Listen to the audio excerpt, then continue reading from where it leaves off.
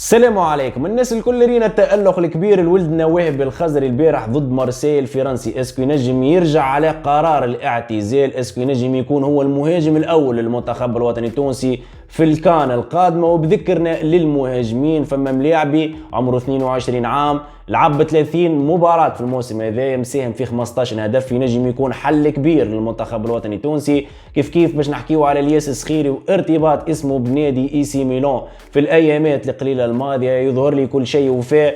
حسام عوار تفاهم مع اي سي ميلان، يظهر لي على كل شيء. دونك هكا الياس السخيري قدامه زوز انديه مهتمه برشا بالخدمات نتاعو، لكن بنسبه كبيره باش يواصل في الدوري الالماني. كيف باش نحكيو على منتصر الطالبي، محمد علي بن رمضان، الميركاتو نتاعهم ان شاء الله في الصيف هذايا باش نحكيو باكثر تفاصيل. لكن قبل كل شيء كالعاده، كانك ماكش مشترك في القناه اشترك، جيم للفيديو ادعى زر اللايك، هكا مبقالي كان نقول لكم يلا بينا.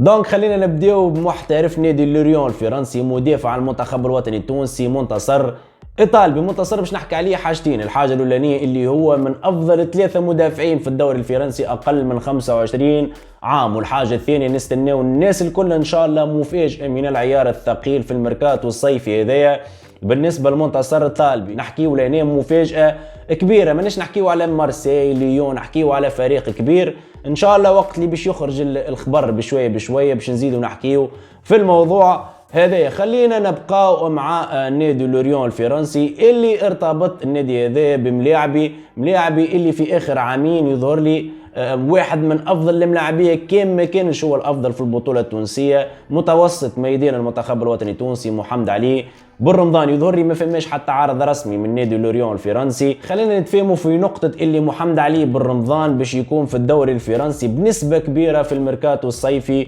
هذا، لكن كما حكيت اهتمام نادي لوريون الفرنسي ما فماش منه.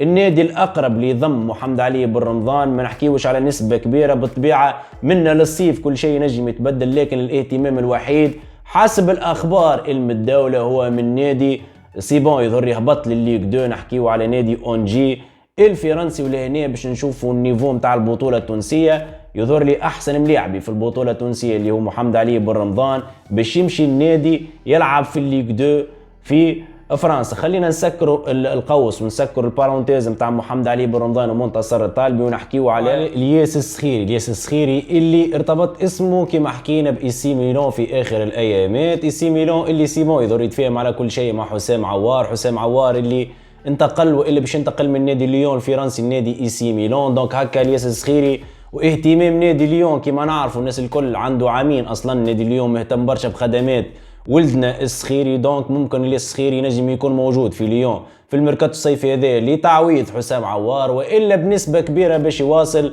في الدوري الالماني مع نادي فرانكفورت الالماني اللي كان معناها فرانكفورت النادي ذا كان مهتم برشا بخدمات حسام عوار. يظهر لي الياس السخيري هكا باش يكون اقرب من اي وقت النادي هذايا نادي فرانكفورت الالماني، مشروع باهي في المانيا. كيف زاد نحكيو حتى على الراتب الشهري باش يكون راتب قوي بالنسبه للياس السخيري، ما يقارب 250 الف يورو. دونك راهو بنسبه كبيره برشا الياس السخيري باش يكون في الصيف هذا والا في الموسم القادم في نادي فرانكفورت الالماني. وهبي الخزري اللي من بعد تألق كبير البارح وجلب الانتباه للناس الكل، معناها سواء تونسيين والا حتى الفرنسيين والا حتى محبين نادي مارسيل الفرنسي. مردود كبير بالنسبه لوهبي الخزري. يظهر لي وهبي الخزري كان ينجم معناها يعطيك الاضافه، وكان ينجم يكون الاعتزال نتاعو من بعد الكان القادمه، بحكم اللي ما عندناش مهاجمين ينجموا يعاونونا في خطه المهاجم الصريح في المنتخب الوطني التونسي. وهبي الخزري اللي نعرف القرار الاعتزال نتاعو يظهر لي تحسم فك ال 15 دقيقة في مباراة استراليا، كان الملاعبي ممكن حب يدخل يعاون كيف مع دخول الفرجاني ساسي. صارت فما اكلامات وصارت فما برشا حاجات نحنا ما نعرفوش والا ما عناش الاخبار الصحيحه، دونك ما نحاولوش ندخلوا في الكلمات هذيك. دونك كيما حكينا ان شاء الله علاش لا وهب الخزري يرجع على قرار الاعتزال نتاعو ويكمل معنا الكان. وفي صورة ما فماش وهب الخزري، يظهر لي فما ملاعب ينجم يعاون المنتخب الوطني التونسي في الخطة هذه. لهنا نحكيو على محمد بن فرج لاعب اوكسير الفرنسي المعار النادي لوباي فوت في الناسيونال في الدوري الفرنسي الدرجه الثالثه. يظهر لي دونك الملاعبي هذايا صحيح يلعب في الدرجه الثالثه، لكن في 30 مباراه مساهم في 15 هدف. كيف محمد بن فرج باش يرجع النادي اوكسير في اخر السيزون هذه في الصيف. محمد بن فرج مازال صغير عمره 22 عام، علاش لا ما يكونش الملاعب هذايا حل المنتخب الوطني التونسي؟ الملاعب في اخر 5 مباريات مسجل 4 اهداف. يظهر ليش معناها سيف الدين الجزيري خير منه، كيف زاد حتى هيثم الجويني ما يظهر ليش الملاعب هذايا خير من محمد بن فرج. دونك ان شاء الله الملاعب هذا ياخذ لفته صغيره، علاش لا يكون الملاعب هذا حاضر وياخذ الفرصه نتاعو ونجربوه من غاديكا. بوركوا با تبدا الانطلاقه نتاع مهاجم جديد في المنتخب التونسي، على خاطر بالرسمي قاعدين نعانيو برشا في الخطه هذه. جربنا يظهر لي الناس الكل، جربنا سيف الدين الجزيري ما نفع وما عادش باش ينفع، جربنا توا حاليا هيثم الجويني، لكن بالنسبه لي ماهوش المهاجم اللي ينجم يفيدك في الكان في صورة ما راهو انت ماشي باش تنافس على الكان هذه. وبالرسمي راهو المنتخب الوطني التونسي سيبون جاء الوقت باش ننافسوا على كاس افريقيا. يظهر لي المنتخب الوطني التونسي حتى تكتيكيا راهو تطورنا برشا، حتى مع جلال القادري اللي انا كنت رافض كل الرفض معناه اللي جلال القادري واصل على راس المنتخب الوطني التونسي، لكن يظهر لي تكتيكيا المنتخب الوطني التونسي تطور برشا بحضور الثلاثي الموجود في وسط ميدان المنتخب.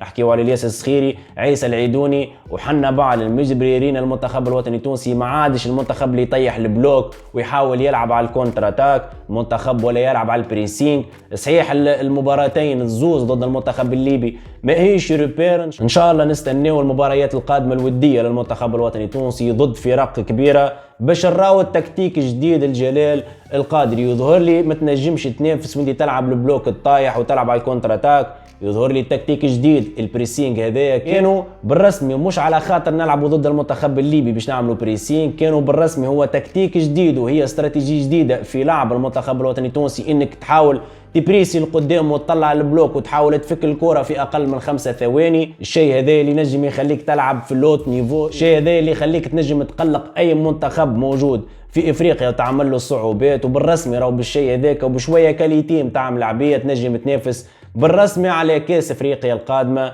في 24 الكود فوار. دونك هكا وصلنا للنهايه نتاع الفيديو، ما بقى لي كان نقول لكم نترك في حفظ الله والسلام عليكم ورحمه الله وبركاته.